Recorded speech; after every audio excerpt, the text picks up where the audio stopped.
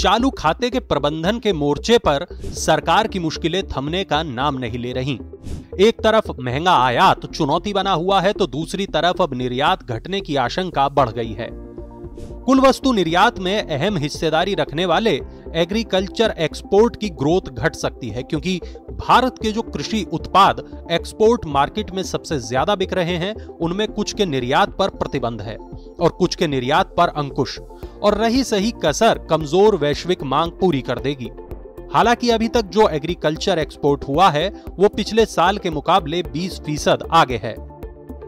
वाणिज्य मंत्रालय के आंकड़े देखें तो इस साल अप्रैल से अगस्त के दौरान देश से 23 अरब डॉलर के कृषि उत्पादों का निर्यात हुआ है।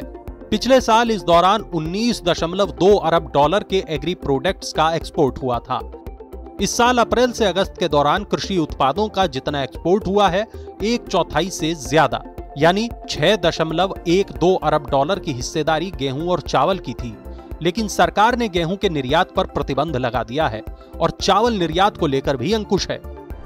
कृषि उत्पादों के एक्सपोर्ट में गेहूं और चावल के अलावा कपास और चीनी की भी बड़ी हिस्सेदारी है, लेकिन इन दोनों के एक्सपोर्ट को लेकर भी चुनौतियां हैं।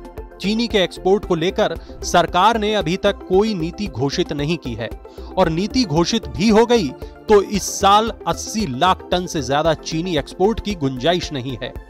पिछले साल 110 लाख टन से ज्यादा का एक्सपोर्ट हुआ था। वहीं दुनिया भर में बढ़ती मंदी की आशंका से कपास की निर्यात मांग भी घट सकती है। इस साल देश से फल, सब्जियों, दालों और मांस जैसे कृषि उत्पादों के एक्सपोर्ट में ग्रोथ जरूर दिख रही है, लेकिन कुल कृषि निर्यात में इनकी हिस्सेदारी छोटी है और इनकी वजह से एक्सपोर्ट ग्रोथ के आंकड़ों में बहुत बड़ा बदलाव होने की संभावना कम है। ऊपर से मंदी की गहराती आशंका इनकी मांग पर भी असर डाल सकती है। पिछले साल देश से 50 अरब डॉलर से ज्यादा का कृषि एक्सपोर्ट हुआ था और उसी से प्रोत्साहित होकर सरकार ने इस साल कुल वस्तु निर्यात का लक्ष्य 470 अरब डॉलर रखा था।